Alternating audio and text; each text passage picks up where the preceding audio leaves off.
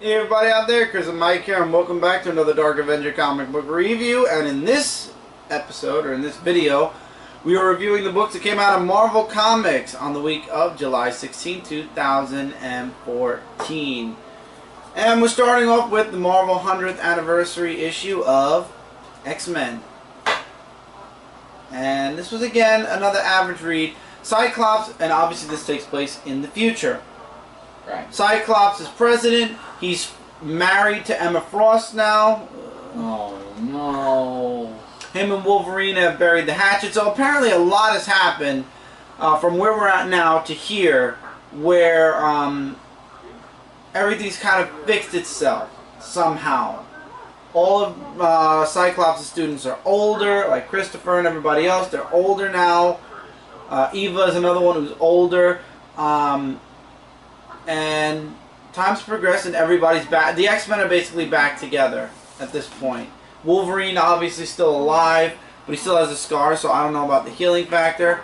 I gotta give the writer, though, I love this issue because literally 3 pages in, the writer kills Emma Frost. Yes. That's what I like. I saw that and I said, okay, even if the rest of the story is boring, you've got my respect. Because after years of saying, somebody please destroy Emma Frost or have Jean Grey come back and blast her brains off, it finally happened. And it's ironic I said Jean Grey. We'll get to that. So things go to hell with Cyclops being the president. There's a situation that happens. Cyclops gets shot. Other people get hurt. And all of a sudden everything just goes... The whole situation goes a little nuclear, and then everything goes white. And it turns out that the person who killed Emma Frost and the person who is doing all this is the Phoenix, but the Dark Phoenix, or basically it wants to be called Phoenix. Well, it's still Jean Grey Phoenix, you know. I mean, yeah, we've all waited for. And she is going to undo or redo time because Cyclops can't be president. The world isn't ready for it yet. His presidency will bring about war and disaster. So she's like, with the power of the Phoenix combined with the life force of the X-Men, I can transform the time and space and fix it, change it. He's like, will I be happy? Will I remember that life? She's like, no. Will I be happy? She says, you'll have your heart's desire in it. And life restarts, and apparently Jean's alive again. So is Charles Xavier, and everybody's happy, and that's how the book ends. Oh, that looked like a good issue, especially with the whole Emma Frost being gone. Oh, that was positive. So it was definitely better than the issues that we've seen before, but I opted out of getting the Avengers issue for 100 years later. And I'm probably not going to be getting any more of the 100th anniversary issues, because these things take place in the future. I understand they're trying to give us a little bit of a little taste of things in the future, but for $3.99, I think I'll hold on to my money and get some other ongoing series in the present, and then I'll deal with these books when they come in the future. This actually looks like to be a jump-on friendly book for those of you who want to try Avengers World, issue number 9. Did they get to the dragon yet? Why are you so fixated? Still didn't get to the dragon! Are you done now? That was the most interesting part of the whole Avengers World. Well, there's still, you know, other things that are going. Like, basically, you got these two guys, Bobby and, what was his other name? Sam, who get a call from Director Hill. And Director Hill is establishing a contact mission. And she talks about the whole story. And basically, their mission is to go to this island, Tomorrow's World, onto their island to get the portal and to get some information while they're there. But guess what it means they gotta do? Time travel. And when I saw that, I went like this. No. Don't tell me this is gonna be another time traveling book in a bad way. And to be honest, it isn't. Which I am happy, because I'm like saying, oh dear Lord, no more time traveling, because we saw too much in X-Men.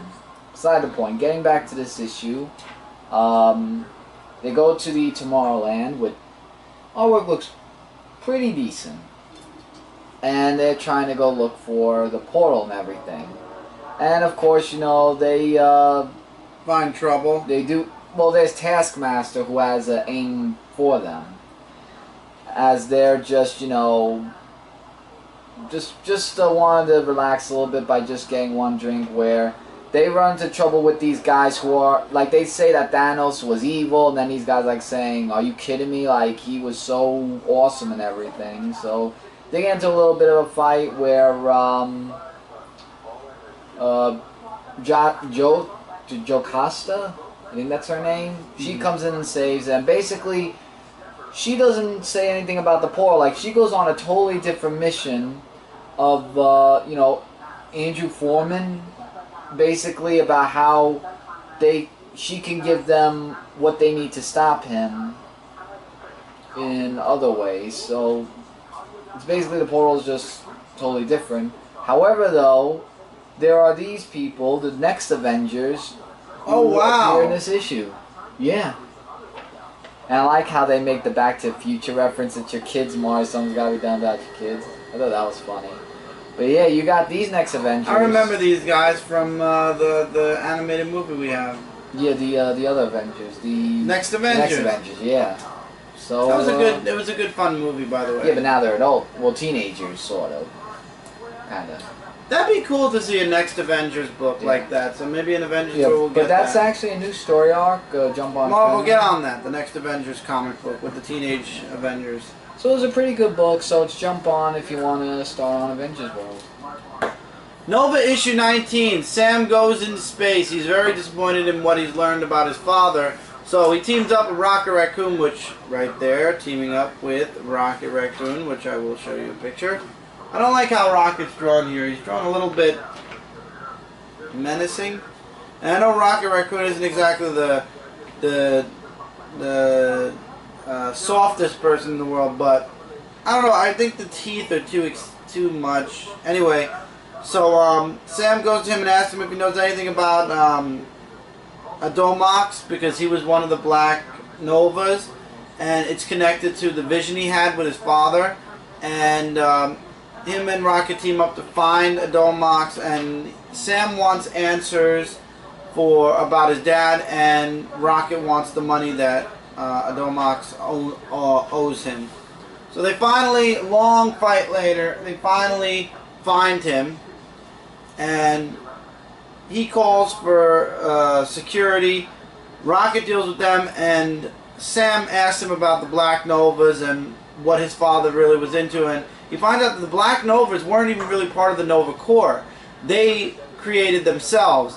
They did help people, but basically most of the time they were out for themselves. So basically they took, or they were stealing from the Nova Force. So the Black Novas are basically corrupt.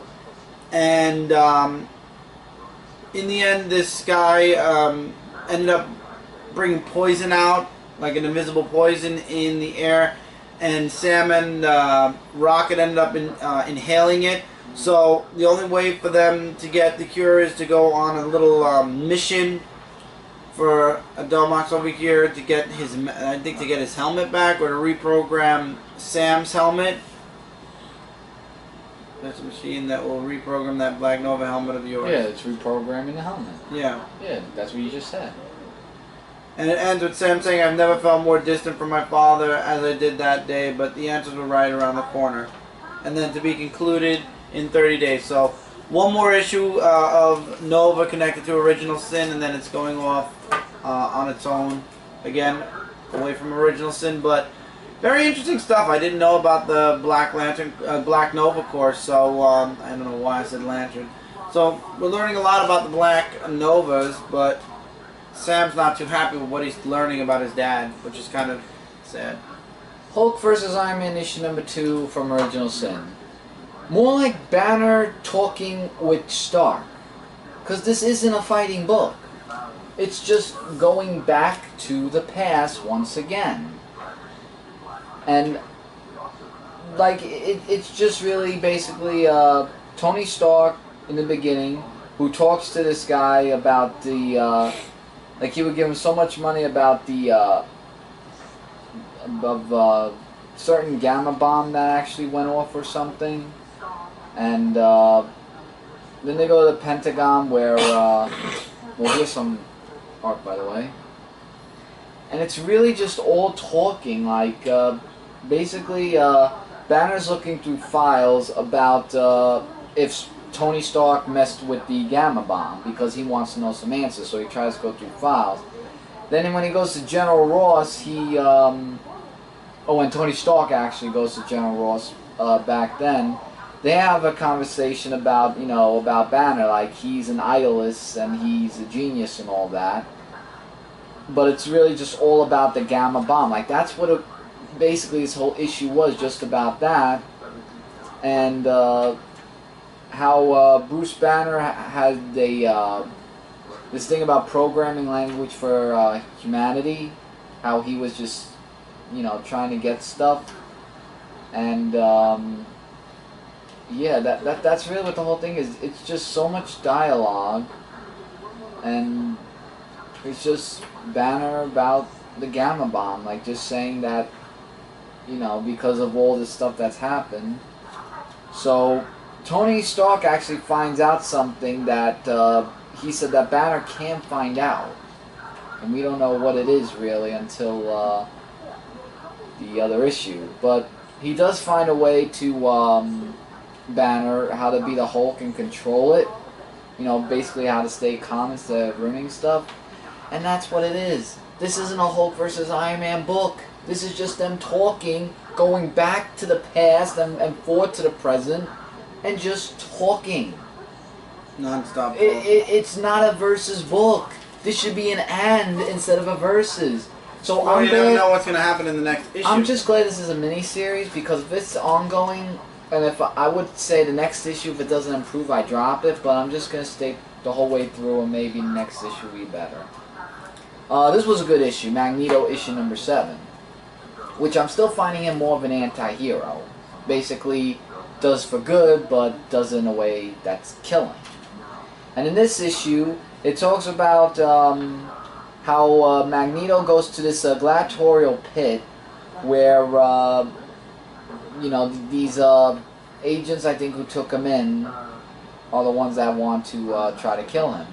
So he talks with, from the past, what's her name? Whatever her name. Well, whatever her name was. Like, basically, he just says about, like, all mutants that they shouldn't be killed and everything, and how he's, how whoever they are that's looking for mutants, it's just enough of what they're doing. So, here's some more artwork, which is a little bit sketchy, in a good way.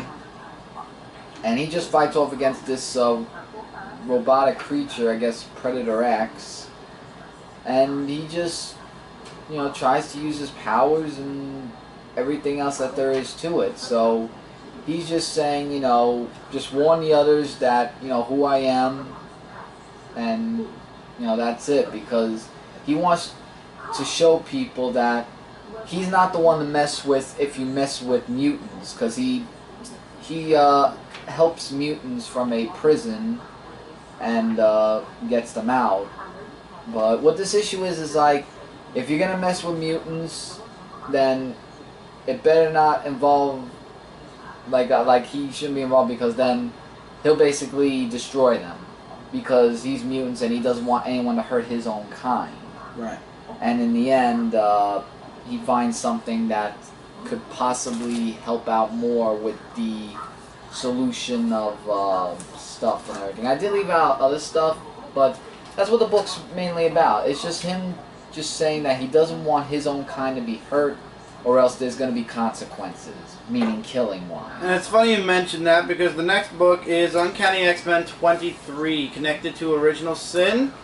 And it's also a fallout of what's happened in the previous story arc, which I did not know about, but apparently they found out that Mystique was Dazzler, and the X-Men were saved. The X-Men saved Dazzler. She-Hulk ends up getting something in the mail, which is the last will and testament of Charles Xavier. They can't find Mystique in Manipur, so you have Cyclops also back at the new Xavier School secret campus, reliving the past, or remembering the past, what he's done, and There's a bit of dialogue between him and what's her name? Rogue? Eva Bell? No, not Rogue. Oh, look like Rogue. That she's getting older, and this is all harkening to previous stories that I didn't read. But then you get the Jean Grey School, which is visited by She-Hulk, saying that I have the last will and testament of Charles Xavier, so gather the following people, and she gives a list. And that's where it leaves off. Then you got Dazzler, who comes back to the base because they couldn't find Mystique. Magneto's still distant from Cyclops, and I forgot what it is. Hijack ends up. He was kicked off the team at some point, but he came back to the team now because of the previous story arc, probably. And Cyclops welcomes him back. And then you have Dazzler, who, suffering from what happened to her through Mystique. We all know we're going to be seeing a new Dazzler soon. So there's that. There's a new mutant that we come face to face with. We actually saw glimpses of it in the beginning of the issue. And then we have, back at the Jean Grey School, She-Hulk saying, we need everyone here. And that means Scott Summers as well, to be continued. That's the long and short of it. I feel like this was more of a... This did involve the original sin with the Last Will and Testament. I mean, it was in this book. But I feel like it's a lot more of a fallout of the previous story arc, which I did not read. So a lot of it was like, okay, they found Dazzler, and okay, somebody was kicked off the team, Hijack, and came back.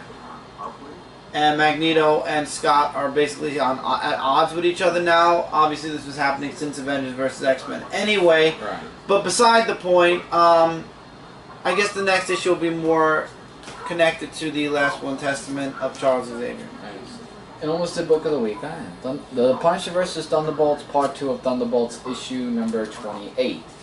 And to be honest, Hawkeye actually appears in this issue. Oh wow, really? Yeah. And so is Iron Man. Yeah, with the Avengers. And basically, like, after all that happens, you know, they just have like a long talk scene. You can find out what it is. Because at Thunderbolts headquarters, they have Dr. Faustus, or Faustus, I don't know how you say it. Yeah, Faustus captive, while Ghost Rider's doing his own business against demons and stuff like that. And then we got Deadpool with his wife actually came in the picture, going up against Crossbones. It's like so many times we've seen Crossbones, it's kind of getting a little bit annoying. But meanwhile, he has a whole thing where, you know, he's fighting off and just wants to save Elektra, why I say Elektra and everything. But as they're talking with the doctor and everything, like, she finds the Punisher, Elektra, when Hawkeye's there, and both of them have a fight scene with each other, and she feels that Ross did the whole thing to punish her, and she goes to confirm that with him, and he's like saying, prove it. So she fights with the Red Hulk, and then he says, you know, if you keep this up, I'll kill you right now like I did the Punisher. And basically it just ends up with the Hulk saying that the Punisher just declared war on the Thunderbolts. So the Punisher's alive. I didn't like the artwork. The artwork didn't look too smooth. Really? I liked it. I kind of thought it was pretty cool. There were other stuff I did leave out because I want you to read it, but it's getting really intense. And I knew the Punisher wasn't dead. It was probably I figured this is your book of the week. Of course, book of the week. All new X Factor issue number 11. This book just keeps getting excellent every single time I read this. And so what happened to Gambit? Well, Gambit, as we saw from last issue, was in the Memento Mori world, while the others got back in the X Factor Serval Industries, which is their headquarters. So he's just basically, Memento Mori is trying to say, you know, your group abandoned you and everything. Like, he's trying to turn on them, saying, you know, if they would have been a good team, they would have waited for you. So you're gonna just tell me where they went, or I'm going to have to kill you. So with that, he just says, you know, where they were. Like, he gave the answers. And Harrison Snow, of course, not caring about Gambit, who didn't see that coming from last issue after what he did with his wife. So, there was actually a reference to Layla Miller's force field, which was from the X Factor, with the glove that she wore. Remember that? And I thought that was pretty cool that they brought that back. I really love the artwork. It just has that X Factor feel to it still. So they say you give us, you know, Georgia, and you get Gambit back. And if not, you know, then he gets killed. You have 5 minutes to comply, or to answer, basically.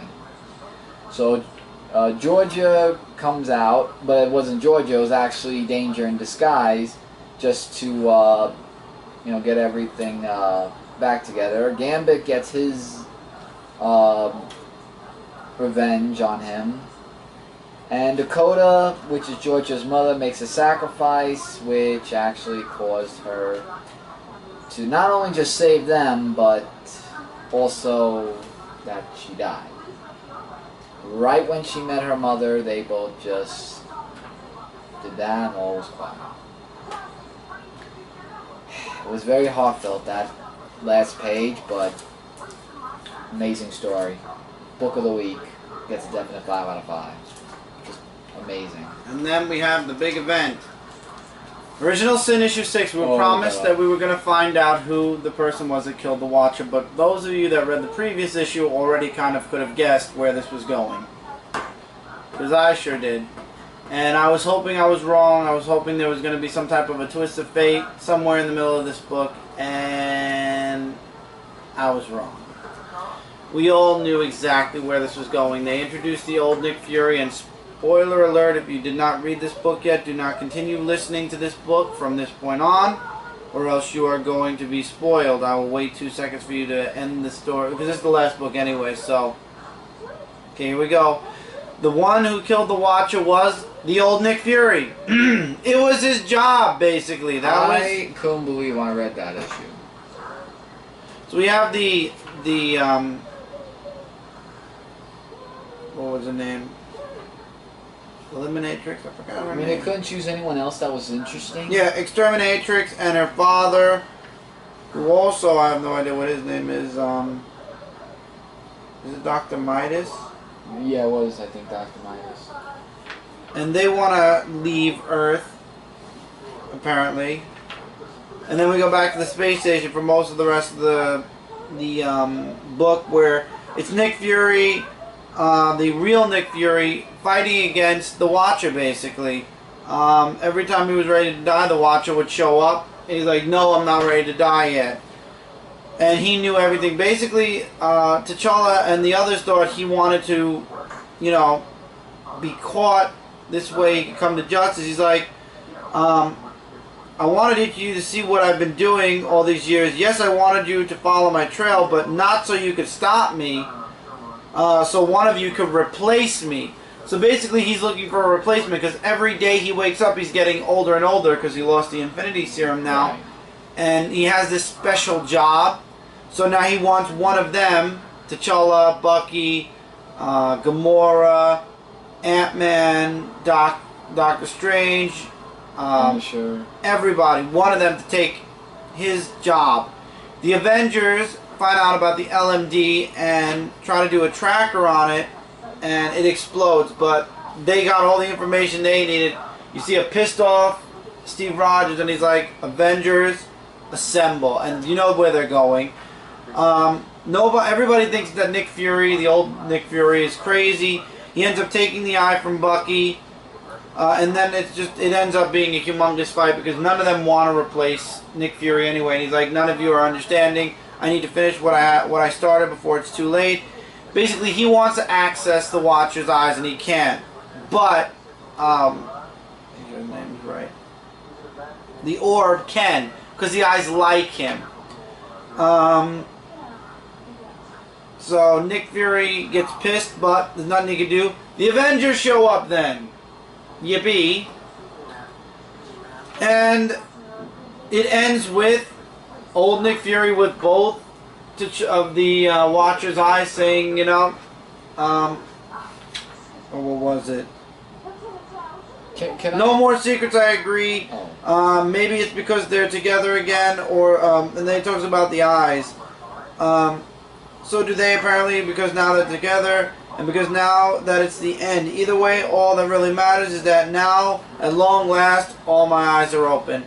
So basically, everybody is now going to fight the old Nick Fury, because he basically went plumb loco. Can I just say that this was just...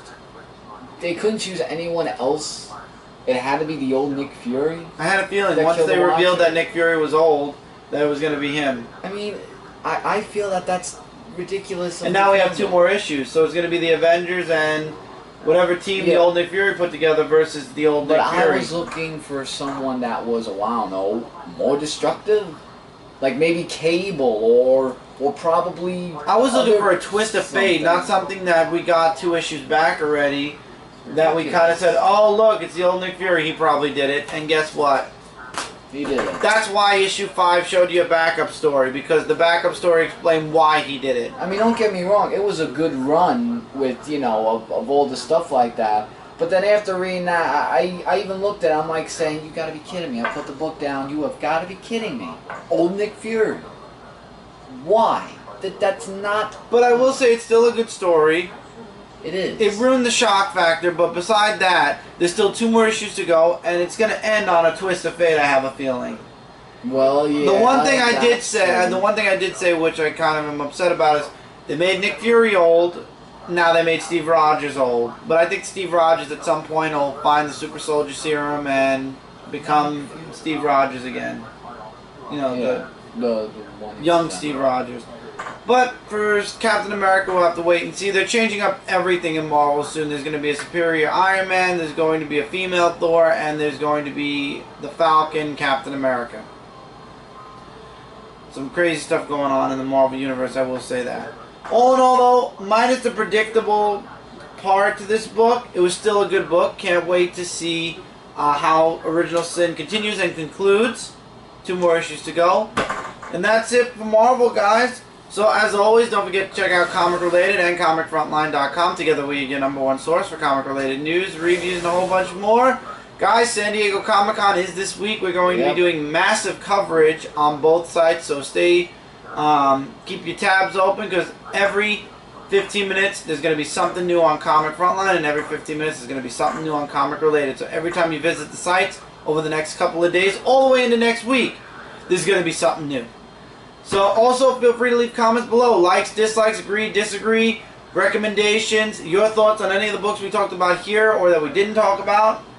Yeah, I was just saying, and your comments. And your comments will be heard yeah. this Friday on the weekly comic book call. Yep. So until next time, everybody, take care, keep reading, keep collecting, and we'll see you guys in the next review. Later, everybody.